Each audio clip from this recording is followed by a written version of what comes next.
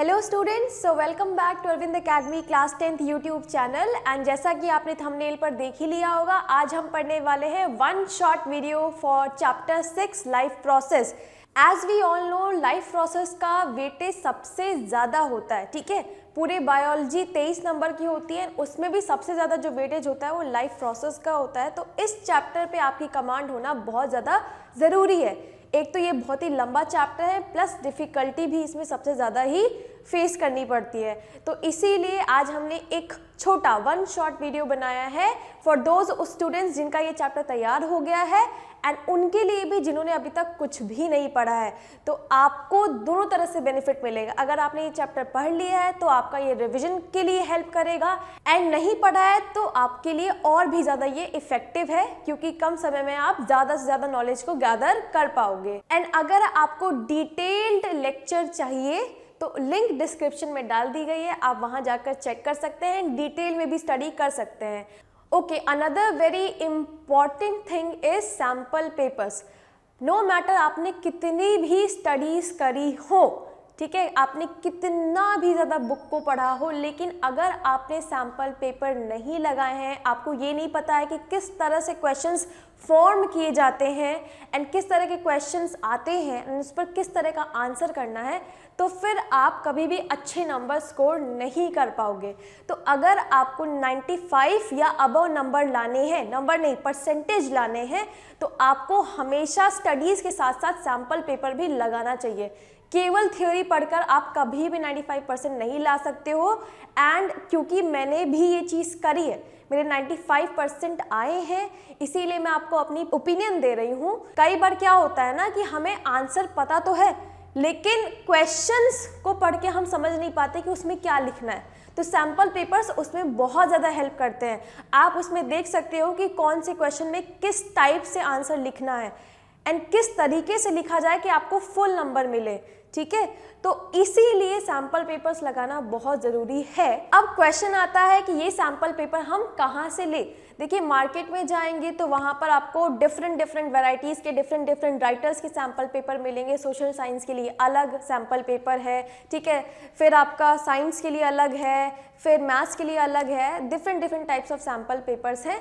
तो आपकी चॉइस है, अगर आपको मार्केट से लेना है तो आप वहाँ से भी ले सकते हो। एंड यहाँ पर अरविंद अकेडमी भी आपको सैम्पल पेपर्स प्रोवाइड कर रहे हैं एंड सारे कर रहे हैं। ठीक है, तो आपको बस एक छोटा सा अमाउंट दैट इज़ 249 रुपीज़ पे करना है एंड आपको science, social science and maths तीनों एक जगह पर ही आपको 33 सैम्पल पेपर मिल जाएंगे। तीनों ही, maths, social science and science, and also new pattern with reduce syllabus.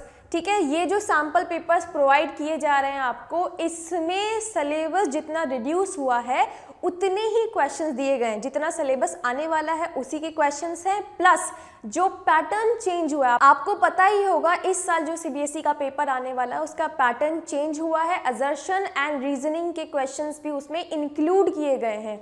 ठीक है, तो इस सैम्पल पेपर्स में ये सारे टाइप के क्वेश्चंस ऑलरेडी इंक्लूड कर दिए गए हैं। पूरी तरह से नए पैटर्न के अकॉर्डिंग अपग्रेड किया गया है सैम्पल पेपर्स को। तो आप इसको चाहे तो ले सकते हैं, लिंक डिस्क्रिप्शन में दिया गया है।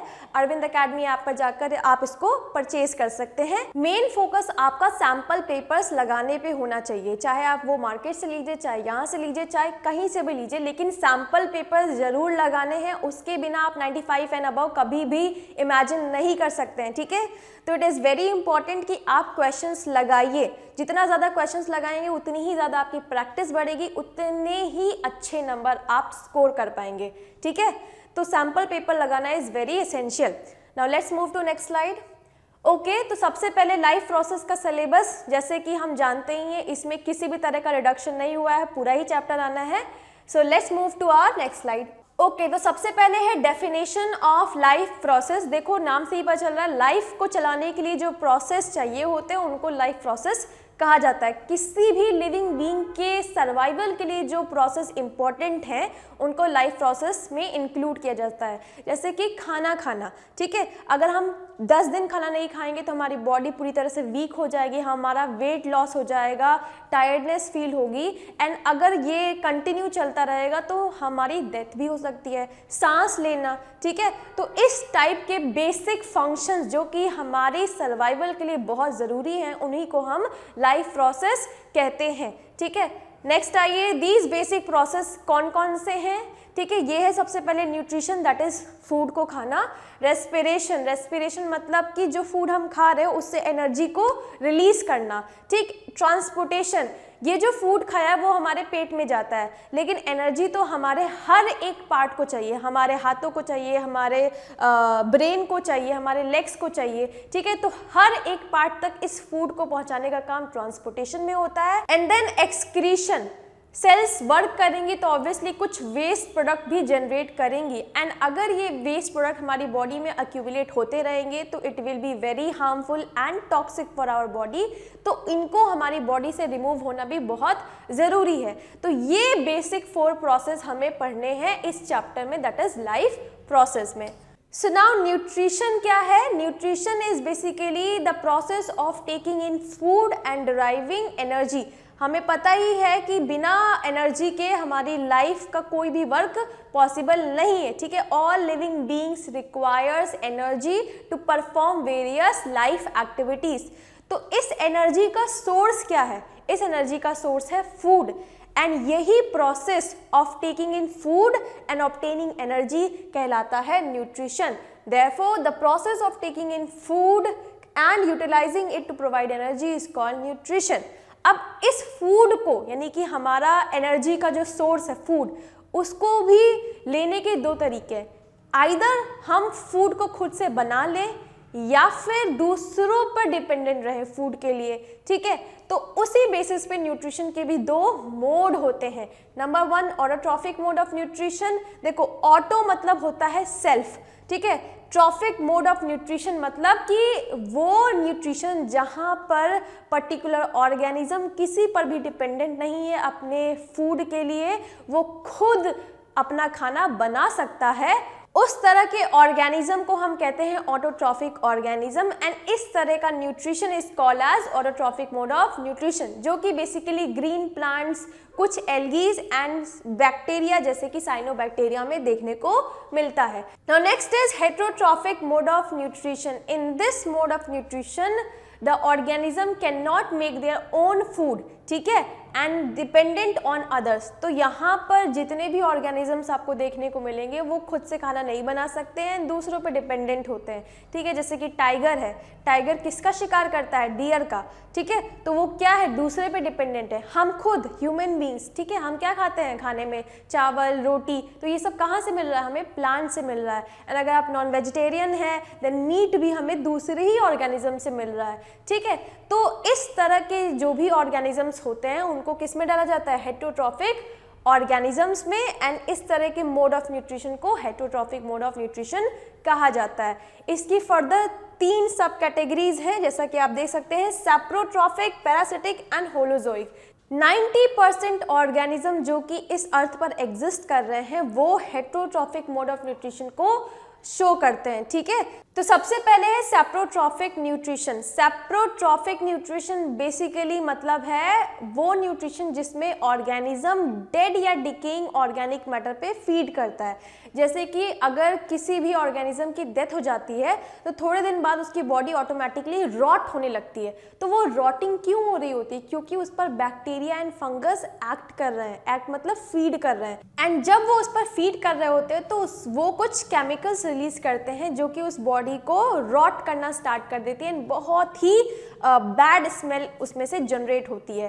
ठीक है, तो इसका एग्जांपल क्या हो गया? Fungi, yeast and some bacterias. Now next is parasitic nutrition. इस न्यूट्रिशन में जो ऑर्गेनिज्म होता है वो पैरासाइट की तरह अपने होस्ट पर स्टिक हो जाता है, उससे वो न्यूट्रिशन को डिराइव कर रहा होता है, एंड मे बी होस्ट को उससे हार्म भी पहुंच सकता है। ठीक है, जैसे कि कसकटा है, अमरबेल, वो खुद से फोटोसिंथेसिस नहीं कर सकती, मतलब खुद से खाना नहीं बना सकती। कस्कटा इज अ प्लांट बट वो खुद से खाना नहीं बना सकती, तो वो दूसरे पेड़ों पर एज अ पैरासाइट बिहेव करती है, दूसरे पेड़ों से अपना फूड लेती है, ठीक है। ग्रीन प्लांट्स बेचारे खुद से खाना बना रहे हैं एंड ये जो कस्कटा या अमर बेल है वो उनसे ये फूड डिराइव कर रही है, ठीक है। तो इस तरह के ऑर्गेनिज्म को जहाँ पर वो दूसरे ऑर्गेनिज्म से अपना न्यूट्रिशन को डिराइव कर रहे हैं एंड उनको किसी भी तरह का बेनिफिट नहीं मिल रहा है, ठीक है, तो इस तरह के न्यूट्रिशन को हम कहते हैं parasitic nutrition and such organisms are called as parasitic organism, ठीक है। एंड ये ज़्यादातर आपके बैक्टीरियाज एंड फंजाई शो करते हैं, ठीक। Next is holozoic nutrition. इसमें हम फूड को अपनी बॉडी में डालते हैं एंड देन फूड का हमारी बॉडी में स्मॉल स्मॉल पीसेस में ब्रेक डाउन होता है, बॉडी उसको डाइजेस्ट करती है, ठीक है। तो इस तरह का nutrition is called as holozoic nutrition where we take in food inside our body, ठीक है। फूड को अपनी बॉडी में लेना एंड हमारी बॉडी में उसके फाइन फाइन पीसेस होना जिसको बॉडी एब्जॉर्ब कर ले एंड देन वो हमारी बॉडी से जो भी वेस्ट है वो रिमूव हो जाता है वाया एक्सक्रीशन। तो इस तरह का न्यूट्रिशन जो होता है वो होलोजोइक न्यूट्रिशन कहलाता है, जैसा कि अमीबा में भी होता है एंड हम खुद ह्यूमन बींग्स में भी ये न्यूट्रिशन देखने को मिलता है, ठीक है। Now next is nutrition in plants. तो देखिए ग्रीन प्लांट्स जो हैं अभी आपने पढ़ के आए कि ऑटोट्रॉफिक होते हैं, ऑटोट्रॉफिक मतलब they can prepare their own food, तो ये अपना खाना खुद से बना लेते हैं and now we will know कैसे। तो देखो ये अपना जो फूड होता है एक प्रोसेस होता है जिसका नाम है फोटोसिंथेसिस, उसके थ्रू बना लेते हैं। अब इस प्रोसेस में उनको कुछ रॉ मटेरियल चाहिए जो कि वो अपने एनवायरनमेंट से यानी कि अपने आसपास के सराउंडिंग से ले लेते हैं, जैसे कि कार्बन डाइऑक्साइड चाहिए रहता है, ठीक है, देन उनको वाटर चाहिए रहता है, देन सनलाइट की एनर्जी चाहिए होती है, ठीक है, एंड बस इतने ही सामान में वो अपना फूड बना लेते हैं, ठीक है। तो देखिए what is a photosynthesis, the process by which green plants make their own food like glucose. अच्छा, अब ये फूड में बेसिकली है क्या, ग्लूकोज है, ठीक है। देखो जो भी लिविंग बींग्स होते हैं उनके फूड में ये बेसिक 3 चीज़ें हमेशा होती हैं, कार्बोहाइड्रेट, प्रोटीन एंड फैट, ठीक है। जैसे कि एनिमल्स हैं, ह्यूमन बींग्स हैं, तो हमारे खाने में हमेशा प्रोटीन रहेगा, फैट रहेगा, कार्बोहाइड्रेट रहता है, ठीक है। प्लांट्स को प्रोटीन एंड फैट की ज़रूरत नहीं है, दे ओनली रिक्वायर ग्लूकोज, ठीक है, क्योंकि उनको चलना फिरना तो है नहीं हमारी तरह, तो उनके लिए केवल ग्लूकोज भी मोर देन इनफ होता है, ठीक।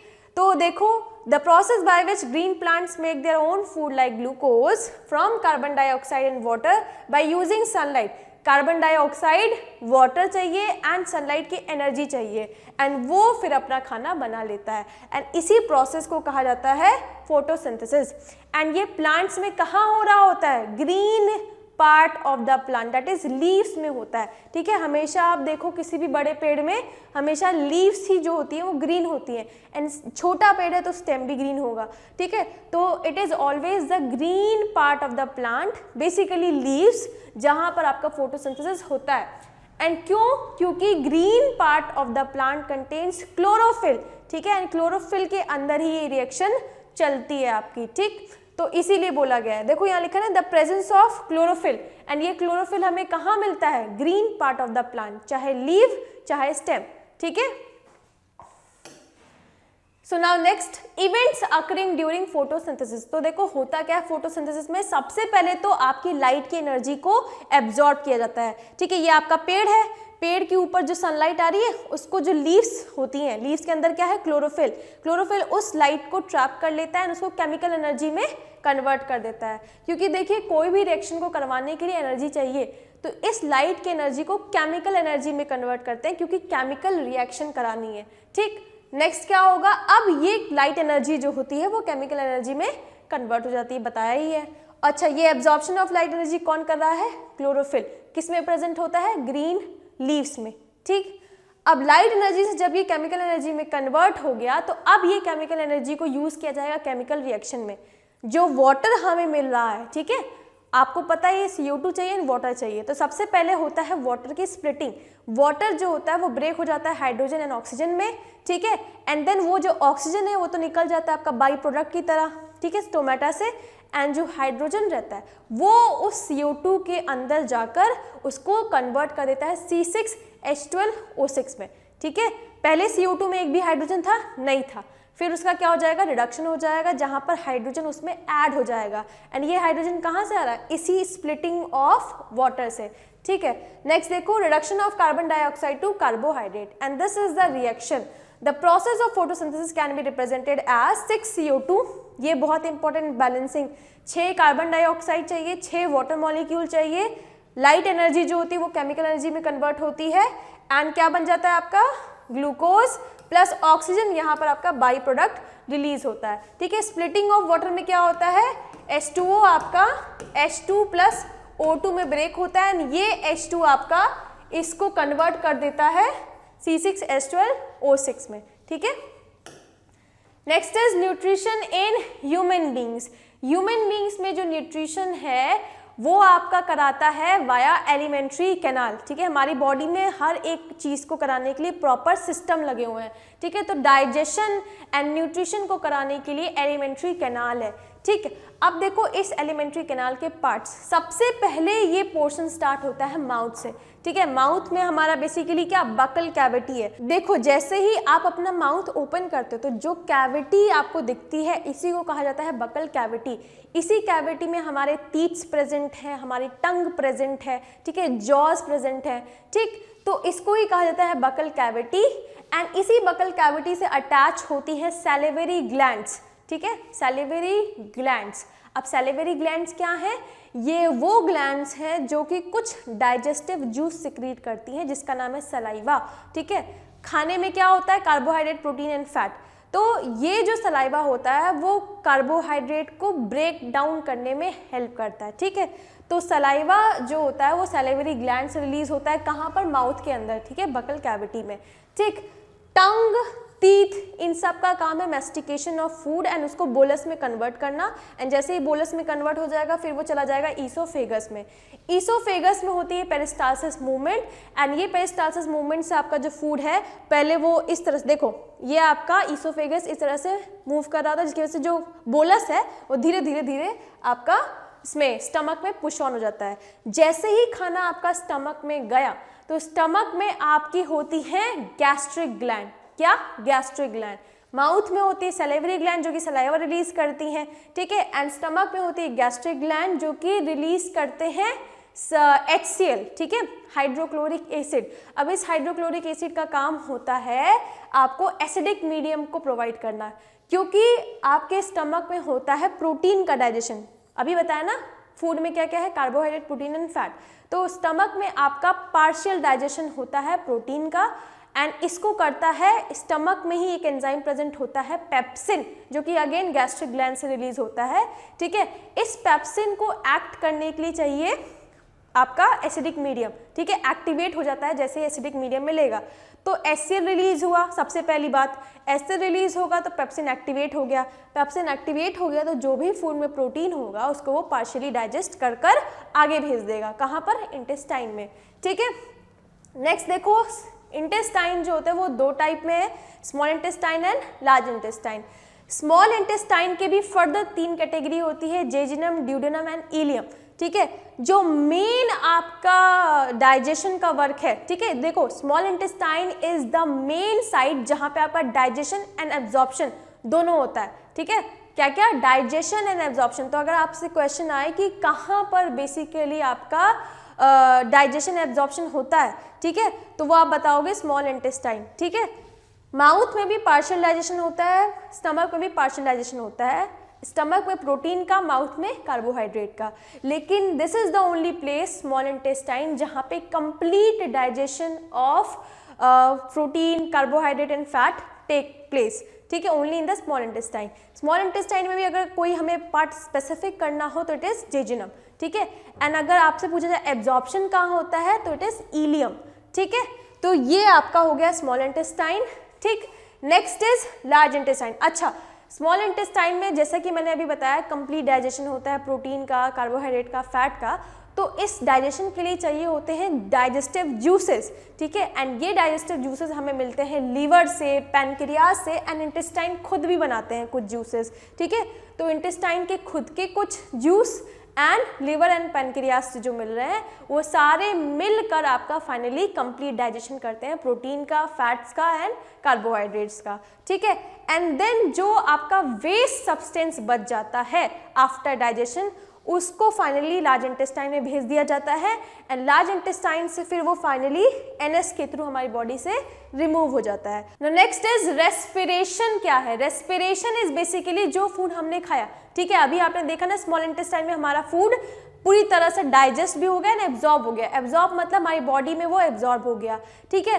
तो स्मॉल इंटेस्टाइन की वॉल से वो खाना हमारे बॉडी के डिफरेंट पार्ट में चला जाता है, ठीक है, हमारी सेल्स में चला जाता है। अब सेल्स में जैसे ही ये खाना गया तो सेल को फूड की ज़रूरत नहीं है, उस फूड से एनर्जी जो मिल रही है उसकी ज़रूरत है, ठीक है। तो जो भी हमारी बॉडी में ग्लूकोज, प्रोटीन एंड फैट है अब उसको ब्रेक करना है एंड इसको ब्रेक करने के लिए चाहिए होती है ऑक्सीजन एंड ये ऑक्सीजन हमें मिलती है वाया रेस्पिरेशन, ठीक है। जो हम सांस ले रहे हैं तो वो क्यों ले रहे हैं? क्योंकि हमें जो फूड हमने खाया है उससे एनर्जी डिराइव करनी है, ठीक है।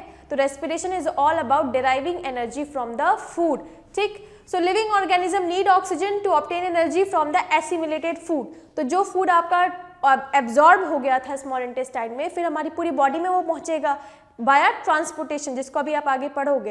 एंड जैसे ही हमारी सारी सेल्स को ये खाना मिल गया तो अब उसका ब्रेक डाउन होना है with the help of oxygen to release energy, ठीक।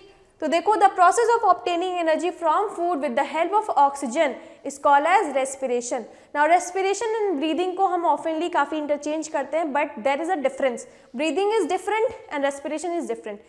Respiration is obtaining energy from the food जबकि breathing is basically inhale and exhale, ठीक है, taking in oxygen and taking out carbon dioxide. जो हम normally सांस ले रहे हैं इसको कहा जाता है ब्रीदिंग, ठीक है। जबकि respiration is obtaining energy from the food with the help of oxygen, ठीक है। तो देखिए breathing is a physical process in which an organism takes in oxygen. तो ऑक्सीजन को हम अपनी बॉडी में लेते हैं लंग्स के अंदर एंड कार्बन डाइऑक्साइड को लंग्स से बाहर रिलीज करते हैं जब हम एक्सहेल करते हैं। Now next is breakdown of glucose by various pathway. तो जैसे ही सेल में हमारा फूड गया, ठीक है, फूड में क्या होता है? ग्लूकोज होता है, अमीनो एसिड होता है, फैट होता है। तो सबसे पहले सेल प्रेफर करती है ग्लूकोज को ब्रेक करना, ठीक है। ग्लूकोज नहीं रहेगा तब प्रोटीन को ब्रेक करेगी एंड प्रोटीन नहीं रहेगा तब फैट को, क्योंकि ग्लूकोज को ब्रेक करने में सबसे ज़्यादा एनर्जी रिलीज होती है, ठीक है। तो इसीलिए लिखा है ग्लूकोज। तो जैसे ही सेल्स में हमारा ग्लूकोज गया, ठीक है, अब इसको ब्रेक डाउन करने के भी कई सारे पाथवेज हैं, ठीक है।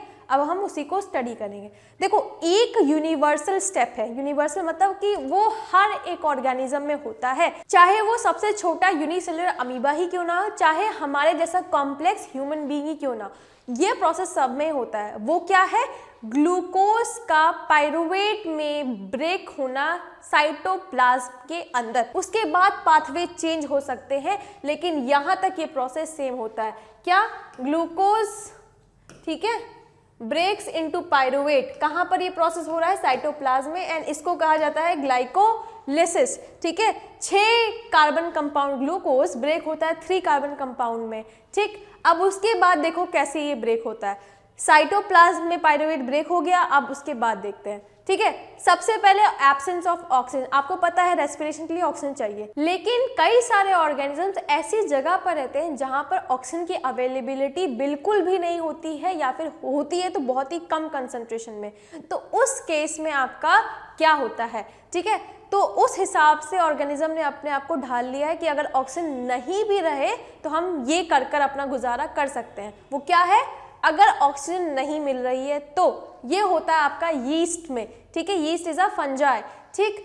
अब उसमें क्या होता है? अगर ऑक्सीजन नहीं होती है तो वो पाइरुवेट जो होता है वो कन्वर्ट हो जाता है ethanol plus carbon dioxide plus energy में, ठीक है। एनर्जी रिलीज होती है लेकिन ज़्यादा नहीं रिलीज होती है क्योंकि यीस्ट जो है वो एक एक सेल का बना हुआ ऑर्गेनिज्म है, ठीक है, यूनिसेलुलर ऑर्गेनिज्म है, तो उसको ज़्यादा एनर्जी की रिक्वायरमेंट है भी नहीं, तो जितनी एनर्जी रिलीज होती है वो मोर देन इनफ है उसके लिए, ठीक है, तो वो इस प्रोसेस में पार्टिसिपेट कर लेता है। एंड यही प्रोसेस आपका यूज किया जाता है एल्कोहल्स को बनाने के लिए, ठीक है। इथेनॉल देखो फॉर्म हो रहा है, इथेनॉल क्या है, एक एल्कोहल है, ठीक। Next is lack of oxygen, जैसे कि ऑक्सीजन है तो बहुत ही कम अमाउंट में है, तब क्या होता है, ये हमारे खुद के सेल्स में होता है, ठीक है। जब हम बहुत ज़्यादा एक्सरसाइज कर रहे होते हैं तो हमारी बॉडी के हर एक सेल्स को ऑक्सीजन ठीक से नहीं मिल पा रही होती है, लेकिन एनर्जी तो चाहिए क्योंकि हम एक्सरसाइज कर रहे हैं। तो उस केस में क्या होता है, जो मसल्स की सेल होती हैं वो कन्वर्ट कर लेती हैं आपका लैक्टिक एसिड प्लस एनर्जी में, ठीक है। तो वहाँ पर ऑक्सीजन की कमी होने की वजह से वो किस में कन्वर्ट हो जा रहा है, pyruvate, lactic acid plus energy उसमें भी रिलीज हो रही होती है बट कम हो रही होती है। अब ये लैक्टिक एसिड हमारे मसल सेल्स में जब प्रोड्यूस होता है तो क्रैम्प्स आ जाते हैं। आपने सुना भी होगा ज़्यादातर एक्सरसाइज करते समय क्रैम्प्स आ जाते हैं, क्यों, क्योंकि हमारी बॉडी को प्रॉपर ऑक्सीजन नहीं मिल रहा है। तो इसीलिए क्या किया बॉडी ने, पायरुवेट को किस में कन्वर्ट कर दिया, लैक्टिक एसिड में, जिसकी वजह से बॉडी में पेन होने लगता है, क्रैम्प्स आ जाते हैं, ठीक है। अब इस क्रैम्प्स को कैसे रिमूव कर सकते हैं, जिस साइड में आपको पेन हो रहा है उसमें आप मसाज करिए धीरे धीरे, तो ब्लड फ्लो होगा, एंड ब्लड फ्लो होगा तो वो ऑक्सीजन को उस एरिया में पहुंचा देगा जहां पर ये लैक्टिक एसिड फाइनली किस में कन्वर्ट हो जाएगा, carbon dioxide plus water plus energy में, ठीक है। तो ये चीज़ होती है। Third is presence of oxygen, जब ऑक्सीजन की अवेलेबिलिटी प्रॉपर हो, ठीक है, ना कमी हो ना एकदम एब्सेंट हो, प्रॉपर ऑक्सीजन अवेलेबल हो, तब आपका पायरुवेट किस में कन्वर्ट होता है, तो पायरुवेट आपका केवल और केवल carbon dioxide, water in the form of water vapour and energy 38 molecules of ATP release होती है। अभी आप पढ़ोगे एटीपी क्या होता है, ठीक है। तो एटीपी बेसिकली जो भी एनर्जी रिलीज होती है वो एटीपी में स्टोर होती है, ठीक है। एटीपी जैसे एनर्जी करेंसी है, जैसे कि हमारे डेली लाइफ में मनी, ठीक है, रुपया जो है वो हमारी करेंसी है। सिमिलरली हमारी बॉडी में एनर्जी की जो करेंसी है वो है एटीपी, ठीक है। तो एक ग्लूकोज के ब्रेकडाउन से 38 एटीपी रिलीज होता है, बहुत ज़्यादा अमाउंट है ये। Respiration is of two type, anaerobic and aerobic. Anaerobic respiration जहाँ पे ऑक्सीजन की अवेलेबिलिटी नहीं होती है, जो कि बेसिकली कुछ यीस्ट एंड बैक्टीरिया में देखने को मिलता है, वो लोग इस टाइप के रेस्पिरेशन को परफॉर्म करते हैं। एंड एरोबिक रेस्पिरेशन में हम ऑक्सीजन की प्रेजेंस में आपका एनर्जी को डिराइव किया जाता है, ठीक है। अब ये जो एरोबिक रेस्पिरेशन है ये इसकी साइट कहाँ है, माइटोकॉन्ड्रिया में, ठीक है। अभी आपने देखा ही था पिछली स्लाइड में, ये देखिए इन द माइटोकॉन्ड्रिया, ठीक है। तो ये बहुत इंपॉर्टेंट है। Next is respiration in human beings. कैसे होता है रेस्पिरेशन ह्यूमन बींग्स में, देखो हमारे पास प्रॉपर स्ट्रक्चर है, मैंने बताया ही था हर एक काम के लिए प्रॉपर स्ट्रक्चर है ना। अब ये जो आपका रेस्पिरेशन है ये हमारा स्टार्ट होता है नोज से, एलिमेंट्री कैनाल माउथ से था, ये नोज से, ठीक है। सबसे पहले जो ऑक्सीजन है, ठीक है, वो हमारे नोज से नेजल पैसेज में जाती है, नेजल पैसेज से फिर वो मूव करती है फेरिंग्स में। देखिए डायग्राम में ये है नोज, ठीक है, नोज के अंदर जो ये आपको दिख रहा है इसको ही कहा जाता है नेजल पैसेज, ठीक है, ये नेजल पैसेज है। नेजल पैसेज के बाद ये जो एयर होती है यानी कि ऑक्सीजन वो जाती है फेरिंग्स में, फेरिंग्स से चली जाती है ट्यूब में, दैट इज ट्रैकिया में, ट्रैकिया को कहा जाता है windpipe, and windpipe से चला जाता है वो लंग्स में। Lungs are the actual site जहाँ पर आपका सारा ऑक्सीजन जो होता है वो गैदर होता है, ठीक है। जितना भी हमारा CO2 है वो भी उधर ही पहुँचता है, ठीक है। CO2 हमारे बॉडी से बाहर जाता है, ऑक्सीजन हमारी बॉडी से लंग्स के थ्रू पूरी बॉडी में पहुँचा दिया जाता है वाया ब्लड, ठीक। अब देखो लंग्स में भी कहाँ, लंग्स में होती है बहुत ही छोटी एल्वियोलाई, ठीक है। तो देखिए मैं यहाँ पर आपको पैसेज बता देती हूँ, बहुत इंपॉर्टेंट है। सबसे पहले तो नॉस्ट्रिल में गई, कौन, ऑक्सीजन की बात हो रही है, नॉस्ट्रिल में गई, नॉस्ट्रिल से नेजल पैसेज में जाती है, नेजल पैसेज से फेरिंग्स में जाती है, फेरिंग्स से ट्राकिया में जाती है, ठीक है, ट्राकिया से आपके ब्रोंकाई में जाती है, ओके, ब्रोंकाई से ब्रोंक्यूल्स में जाती है, ब्रोंक्यूल से फाइनली इस एल्वेलाई में आती है, ठीक है। नाउ इस एल्वेलाई में आपका होता है एक्सचेंज ऑफ गैसेस, ठीक है, they are the main site जहां पर गैसेस का एक्सचेंज होता है, ठीक है। जितना भी ऑक्सीजन जो हम सांस लेकर अपने बॉडी के लंग्स के अंदर लाते हैं वो सारा इस एल्वुलाइज के थ्रू ब्लड पहुंचा देती हैं बॉडी में, एंड ब्लड जितना भी कार्बन डाइऑक्साइड लेकर आती है फिर से इस बलून वाली एल्वुलाई में डाल देते हैं, एंड फिर क्या होता है, एल्वुलाई से फिर वो कार्बन डाइऑक्साइड कहाँ चला जाता है, ब्रोंक्यूल्स में, ब्रोंक्यूल से ब्रोंकाई, ब्रोंकाई से ट्रैकिया, ट्रैकिया से pharynx, nasal passage, nostril, and CO2 निकल जाता है। ठीक है, ये रहा CO2। जब हम एक्सेल करते हैं तो ये वाला प्रोसेस होता है, इनहेल करते हैं तो ये वाला प्रोसेस होता है। ठीक है, so this is all about the respiration in human being.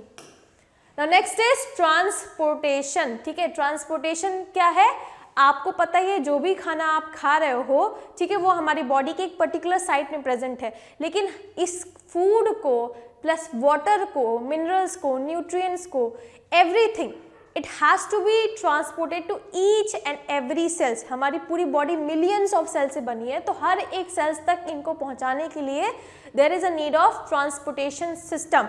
ठीक है, एंड उसी को हम पढ़ेंगे इसमें। जैसे कि ह्यूमन बींग्स में ये जो ट्रांसपोर्टेशन का काम है कौन करता है, ब्लड करती है। ठीक है, ब्लड के थ्रू ही ये सारा ट्रांसपोर्टेशन होता है।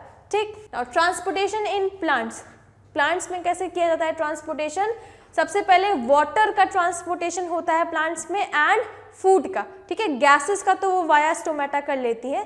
ठीक है, तो मेन है यहाँ पर फूड एंड वाटर। वाटर के लिए प्लांट्स में होता है जाइलम टिश्यू। ठीक है, xylem tissue helps in the conduction of water from the roots to various parts of the plant, and food, आपको पता है खाना कहाँ बनता है, लीव्स में बनता है फोटोसिंथेसिस के थ्रू। अब इस लीव्स से various parts of the plant में फूड को पहुंचाने का काम होता है फ्लोएम टिश्यू का। ठीक है, तो phloem tissue help in the conduction of food and xylem tissue help in the conduction of water and minerals. ठीक है, तो देखिए, water and minerals transported mainly by tracheids and vessels. Now xylem tissue में भी आपके कई types हैं, but जो मेनली आपका वाटर के कंडक्शन में हेल्प कर रहे होते हैं वो है ट्रैकीड एंड वेसल सेल्स। ठीक है, तो tracheid and vessels of xylem tissue helps in the conduction of water and minerals. And अगर हम बात करें फ्लोएम में, तो sieve tube and companion cell help in the conduction of food. ठीक है, now next is conduction of water and minerals takes place by two method. यहाँ पर दो मेथड है, दो में पहला मेथड जो है रूट प्रेशर। देखो, ये वाला मेथड जो होता है वो उनके लिए है जो कि प्लांट्स बहुत ही छोटे छोटे से।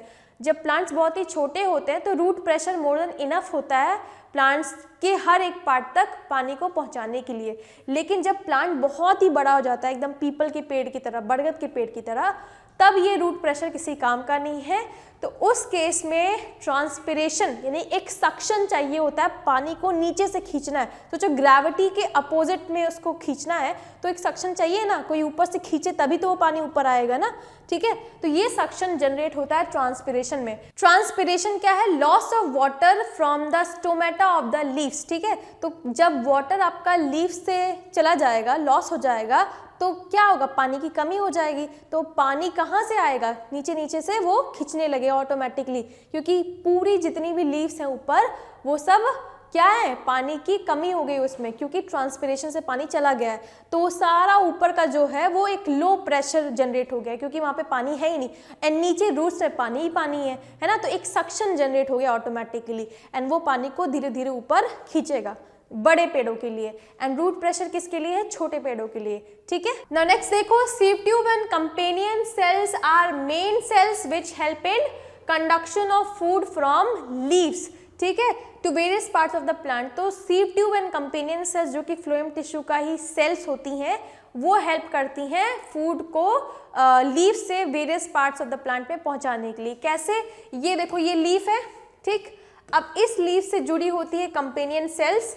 ठीक है, ये एक ट्यूब लाइक स्ट्रक्चर फॉर्म करती हैं, एंड इसी के बगल में होता है सीव ट्यूब। ये सीव ट्यूब है, ये कंपेनियन सेल्स है। तो देखो, ये फूड है। ठीक है, सबसे पहले वो एटीपी कुछ खर्च करके इसमें पहुंचता है कंपेनियन सेल में। ठीक है, देन कंपेनियन सेल से वो चला जाता है सीव ट्यूब में, एंड मान लो फूड की रिक्वायरमेंट यहाँ पर है। ठीक है, तो सोचो ये वाला जो एरिया है, यहाँ पर बहुत ज़्यादा कंटेंट है फूड का, एंड यहाँ पर एकदम खाली है, तो ये प्रेशर ऑटोमेटिकली जनरेट होता है जो कि फूड को अपने हाई प्रेशर से लो प्रेशर में भेज देता है। Now next is transportation in human beings. So देखिए in humans transportation of oxygen, ठीक है, ऑक्सीजन को हर एक सेल्स में पहुंचाना, न्यूट्रिएंट जैसे कि प्रोटीन है, कार्बोहाइड्रेट है, फैट है, इसको पूरी सेल्स में पहुंचाना, हार्मोन्स, ठीक है, हार्मोन्स जो हमारी बॉडी में बनते हैं उनको पहुंचाना, then other substances to the tissues, then carbon dioxide जो हमारी बॉडी में कार्बन डाइऑक्साइड बन रहा है उसको लंग्स में पहुंचाना है, लंग्स हमारी फिर नॉस्ट्रल्स के थ्रू बाहर चला जाता है, ठीक है, देन वेस्ट प्रोडक्ट, हमारी सेल्स जो होती हैं बहुत ही टॉक्सिक सब्सटेंस जैसे कि यूरिया जनरेट करता है, इसको किडनी में पहुंचाना फिल्टर आउट करने के लिए, ये सारा काम, ये जो भी ट्रांसपोर्ट हो रहा है हमारी बॉडी में, ठीक है, चीज़ों का, ये सब का सब हैंडल करता है सर्कुलेटरी सिस्टम।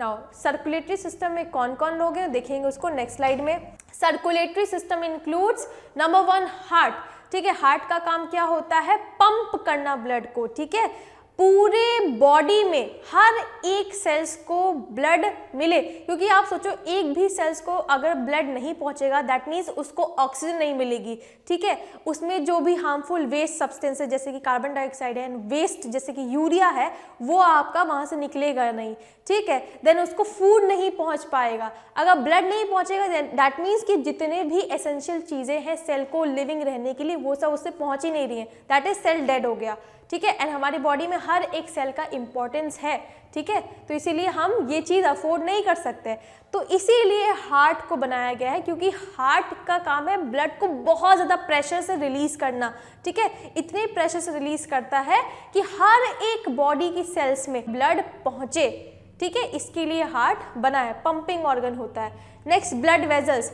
ऑब्वियसली क्योंकि ब्लड जो है वो लिक्विड है तो वो किसी ना किसी पाइप में ही ट्रैवल करेंगी, तो इसके लिए बनी है ब्लड वेजल्स, ठीक है, एंड देन फाइनली हमारा ब्लड, ये हमारा मेन पार्ट है सर्कुलेटरी सिस्टम का जो कि ट्रांसपोर्ट करता है चीज़ों को, ठीक है, चाहे ऑक्सीजन हो गया, चाहे न्यूट्रिएंट्स हो गए, चाहे हार्मोन्स हो गए, चाहे वेस्ट सब्सटेंसेस हो गए जैसे कि CO2 एंड यूरिया, एवरीथिंग, ठीक है। Now lymphatic vessels and lymph, lymphatic vessels and lymph ये भी आपका सर्कुलेटरी सिस्टम में पार्टिसिपेट करते हैं, ठीक है, एंड ये टुगेदर मिलकर पूरी बॉडी में आपका ट्रांसपोर्टेशन का काम करते हैं, ठीक। नाउ ब्लड जो होता है इसके भी 3 टाइप होते हैं, red BC, WBC and blood platelets. Red blood sales जो होती हैं वो आपका बेसिकली ट्रांसपोर्टेशन में हेल्प करती हैं, जैसे कि आपका ऑक्सीजन को ट्रांसपोर्ट करना हो गया, कार्बन डाइऑक्साइड को ट्रांसपोर्ट करना हो गया, न्यूट्रिएंट्स को ट्रांसपोर्ट करना हो गया।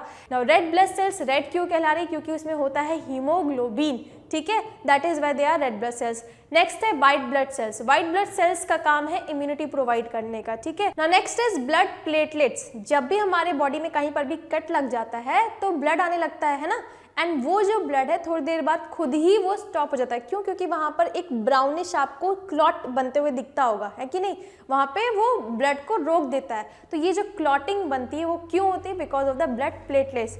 नाउ नेक्स्ट इज एक्सक्रीशन, देखो जैसा कि मैंने आपको बताया था कि हमारी सेल्स क्योंकि वो कंटिन्यूसली वर्क कर रही है तो कुछ ना कुछ वेस्ट तो वो जनरेट करेंगी, जैसे कि कार्बन डाइऑक्साइड वो जनरेट करती है, तो कार्बन डाइऑक्साइड तो आपका लंग्स के थ्रू रिलीज हो जाता है, बट इसके अलावा एक और टॉक्सिक वेस्ट जो कि हमारी सेल्स जनरेट करती हैं वो है यूरिया, ठीक है, जिसको लंग्स के थ्रू हम नहीं निकाल सकते, तो उसके लिए हमारे पास अगेन एक स्पेशलाइज स्ट्रक्चर है जिसको बोला जाता है किडनीज, ठीक है, तो उसी का एलिमिनेशन वो करती है यूरिया का, ठीक। So it is a biological process of elimination of harmful metabolic waste, तो जो भी हमारी बॉडी में रिएक्शन हो रहे हैं, केमिकल रिएक्शन हमेशा हमारी बॉडी में होते रहते हैं, तो उसे जो भी वेस्ट रिलीज हो रहा है उसको भी हमारी बॉडी से निकालना बहुत ही ज़रूरी है, ठीक है, तो ये जो भी हार्मफुल मेटाबॉलिक वेस्ट प्रोडक्ट आपके जनरेट हो रहे होते हैं इसको एलिमिनेट करना ही एक्सक्रीशन कहलाता है। Now many unicellular organism remove this waste, अगर एक सेल का बना हुआ ऑर्गेनिज्म है तो वो तो सिंपली डिफ्यूजन के थ्रू ही उसको रिमूव कर सकता है, लेकिन जैसे कॉम्प्लेक्स मल्टीसेलुलर ऑर्गेनिज्म है जैसे कि हम हैं तो हमारे लिए स्पेशल स्ट्रक्चर्स हैं इनको रिमूव करने के लिए, जैसे कि नेफ्रीडिया हो सकता है, किडनी हो सकता है, ठीक है, मेल्फिगियन ट्यूब्यूल्स हो सकते हैं, etcetera. Now next is plant produce mainly gaseous waste, now plant में कैसा वेस्ट होता है, मेनली गैशियस वेस्ट होता है, कार्बन डाइऑक्साइड एंड ऑक्सीजन, ठीक है, तो वो केवल स्टोमेटा एंड लेंटिसल्स से होता है तो उसकी हम डिस्कशन नहीं करेंगे, ठीक है। Next is excretion in human being, now one of the most toxic waste जो कि हमारी बॉडी में प्रोड्यूस होता है it is urea. It is very harmful, very very harmful. Now the excretory system of human beings. अब excretory system जो human being के अंदर उसका काम है इस यूरिया को कलेक्ट करना एंड ड्रेन आउट करना. मतलब पहले तो एक जगह इकट्ठा करें एंड देन उसको रिमूव कर दे हमारी बॉडी से. So this is a diagram excretory system in human beings. जैसा कि आप देख सकते हैं किडनी आपको दिख रहा है, पेयर में है, a pair of ureter, urinary bladder and this is urethra. ठीक है, तो देखो किडनी से आपको दो यहाँ पर पाइप जैसे दिख रही हैं, ब्लड वेजल्स अटैच हैं. एक ब्लू कलर की आपको दिख रही होगी, इसको बोलते हैं renal vein, and red colour की है रीनल आर्टरी. ठीक है, तो जो भी डर्टी ब्लड होता है, डर्टी ब्लड मतलब that is full of urea. ठीक है, तो डर्टी ब्लड को कैरी करता है रीनल आर्टरी एंड ये रीनल आर्टरी किडनी में ये डर्टी ब्लड पहुंचा देता है. ठीक है, एंड किडनी में इस ब्लड का होता है फिल्टरेशन. ठीक है, एंड फॉर्मेशन ऑफ यूरिन. तो किडनी में सबसे पहले आपका जो भी ब्लड में यूरिया होगा, देन एक्सेस वाटर होता है एंड आपका अननेसेसरी सॉल्ट्स होते हैं, वो सारे फिल्टर हो जाते हैं एंड केवल प्योर ब्लड आपका फिर रीनल वेन्स में पहुंचा दिया जाता है. That is blue when. देखो आप दोनों ही जुड़ा हुआ है. ठीक है, तो रीनल वेन्स में आपका किडनी क्या पहुंचाती है, प्योर ब्लड को, एंड रीनल आर्टरी का काम क्या है, डर्टी ब्लड को किडनीज में डालना. Kidney is the basically main site जहां पे आपका फिल्टरेशन होता है, blood filtration and formation of urine. Formation of urine कैसे होता है, हमारी किडनी में जो स्पेशल सेल्स हैं जिसको बोलते हैं नेफ्रॉन्स. ठीक है, तो nephrons are the structural and functional unit of kidney. यही मेन काम करती हैं ब्लड को फिल्टर करने का एंड यूरिन को फॉर्म करने का. तो देखिए nephrons helps in filtering the blood and forming concentrated urine. ठीक है, these are consider as the functional unit of the kidney. सारा फंक्शन यही परफॉर्म कर रहे हैं. It is made up of two part. दो पार्ट के बने होते हैं. एक होता है कप शेप स्ट्रक्चर, एक होता है ट्यूबुलर रीजन. देखिए this is the cup shape structure. ये आपको जो पूरा दिख रहा है it is the tubular reason.